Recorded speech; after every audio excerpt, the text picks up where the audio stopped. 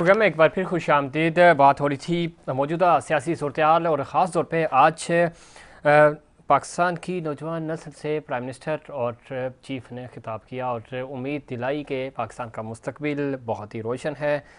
नौजवान नस्ल बहुत कुछ कर सकती है इस मुल्क पाकिस्तान के लिए और उनको मोटिवेट रहना होगा। नाउमीदी कुफर है और इस अल्लाह ताला ने हमेशा इंसान को आजमाइश में डाला और इस आजमाइश में कामयाबी मिलती है तब अगर आप इस इस्तकामत के साथ खड़े रहें।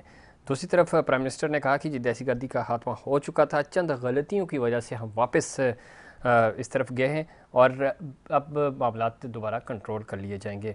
आर्मी चीफ ने यह भी कहा कि जो पाकिस्तान के डिफ़ॉल्ट का बयानिया बना रहे थे वो आज कहाँ हैं। पाकिस्तान की इकॉनमी बेहतरी की तरफ जा रही है, बेहतर हुई है और झूठा प्रोपेगेंडा रोका जा रहा है। सोशल मीडिया के ऊपर पाकिस्तान के हवाले से जो बातें की जा रही हैं और प्रोपेगेंडा किया जा रहा है उसको हमारी नौजवान नस्ल जो है वो रोकेगी और पाकिस्तान की प्रोटेक्शन करेगी। उन्होंने कहा अवाम को सोशल मीडिया से पैदाशुदा हिजान और फितरे के मुज़र असरात से दूर रखने की अशद ज़रूरत है।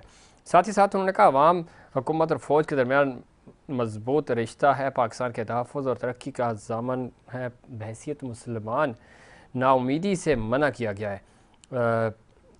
इसके अलावा आज़ादी के ऊपर जो उन्होंने बात की और ये चूँकि 14 अगस्त और अगस्त ही का महीना है उसकी निस्बत से उन्होंने कहा जी कश्मीर, फ़लस्तीन और दीगर ममालिक से आप पूछें कि आज़ादी क्या चीज़ है और कितनी बड़ी नेमत है, तो इसमें कोई शक नहीं। हमें मुल्क पाकिस्तान के लिए कंट्रीब्यूट करना होगा। इस पर मज़ीद बात करें, हमें ज्वाइन किया है जनाब सेनेटर ज्ञान चंद साहब ने, सीनियर सियासतदान है, सीनियर रहनुमा है पाकिस्तान पीपल्स पार्टी के। ज्ञान चंद साहब खुश आमदीद कहते हैं आपको शो में। Thank you sir. किस तरह देखते हैं, चीफ ने आज नौजवान नस्ल से खिताब किया और ये आर्मी चीफ का पहला खिताब है पाकिस्तान की नौजवान नस्ल से। प्राइम मिनिस्टर भी वहाँ पे मौजूद थे। उन्होंने इस चीज़ पे तवज्जो दिलाई कि वो एक बयानिया सेट किया जा रहा था कि पाकिस्तान शायद डिफ़ॉल्ट कर रहा है, ऐसी बातें करने वाले आज कहाँ हैं और पाकिस्तान तरक्की की तरफ गामज़ान है, नौजवान नस्ल हमारा सरमाया हैं और रहेंगे। किस तरह देखते हैं आज के इस खिताब को? देखिए, लीडर्स जो होते हैं वो हमेशा उम्मीद पैदा करते हैं पूरी कौम में। तो यकीनन ये बयानिया जो बनाया जा रहा था कि हम डिफॉल्ट होने जा रहे हैं, हमारा इंटरनेशनल कम्युनिटी में कोई क्रेडिबिलिटी नहीं बची है और हम टोटली फेल्योर हो चुके हैं। ये एक मायूसी फैलाई जा रही थी जो मुल्क के मफाद में नहीं थी, लोगों को परेशानी का सबब बन रही थी और लोग जो है खुद पैनिक किस्म की सूरत हाल पैदा करना चाह रहे थे और वो किसी हद तक हो भी गई थी।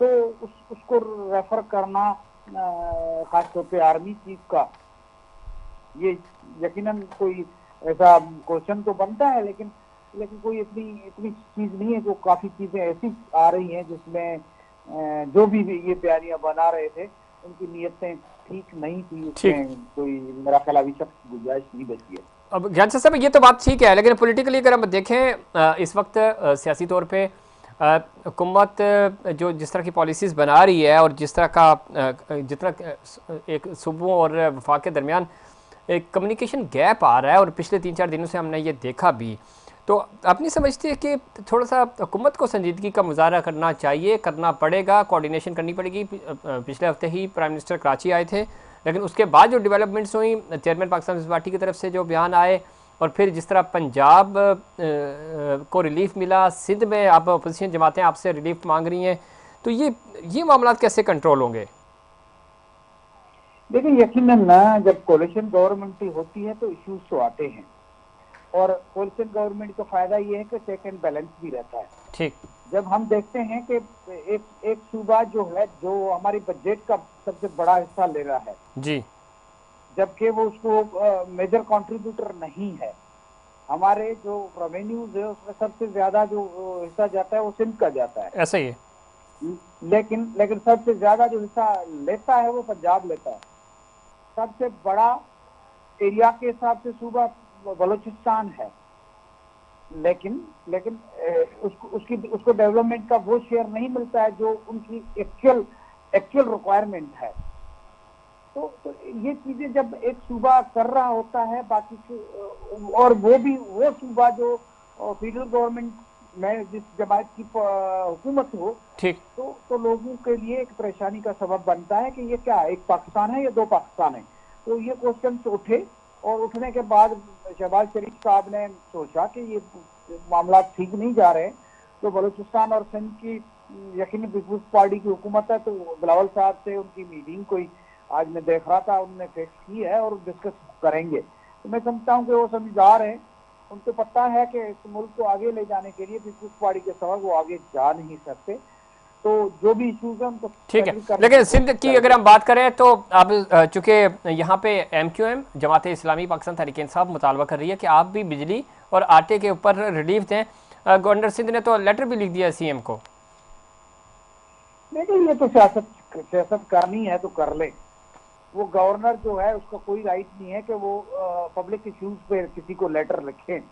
उनका कॉन्स्टिट्यूशन में एक रोल है, वो उसको प्ले करना चाहिए। उसकी गवर्नरशिप भी मरून में मिन्नत है पीपुल्स पार्टी की गवर्नमेंट के, लेकिन एक मफाद में सिंध गवर्नमेंट के बजाय उसको फेडरल गवर्नमेंट को लिखना चाहिए था कि पंजाब के पास वसाइल हैं, आप फेडरल गवर्नमेंट के पूल से सिंध को कम पैसे देते हो, लिहाजा कम से कम रिलीफ में तो ये जो रिलीफ दे रहे हो उसमें तो कम से कम सिंध को नजरअंदाज तो नहीं करो ना। तो गवर्नर को प्राइम मिनिस्टर को लिखना चाहिए था बजाय चीफ मिनिस्टर सिंध को लिखने के। बहुत शुक्रिया ज्ञानचंद साहब प्रोग्राम में वक्त देने के लिए। इसमें कोई शक नहीं, लेकिन यहाँ चीज़ें अपने अपने डोमेन से बाहर जा रही हैं और जो डोमेन जिसका बनता है वो उस पर काम नहीं कर रहा। हर बंदा कोशिश कर रहा है कि वो किसी तरह पॉपुलर पॉलिटिक्स कर सके जिसका उसको फ़ायदा हो। इस पर मज़ीद बात करेंगे और ख़ास तौर पे आर्मी चीफ़ का जो खिताब था, उन्होंने क्या मैसेज देने की कोशिश की, मैसेज कन्वे हुआ या नहीं हुआ, और ये किन किन सेक्टर्स के लिए ये पैगाम था, इस पे बात करेंगे। लेकिन उससे पहले कमर्शियल ब्रेक।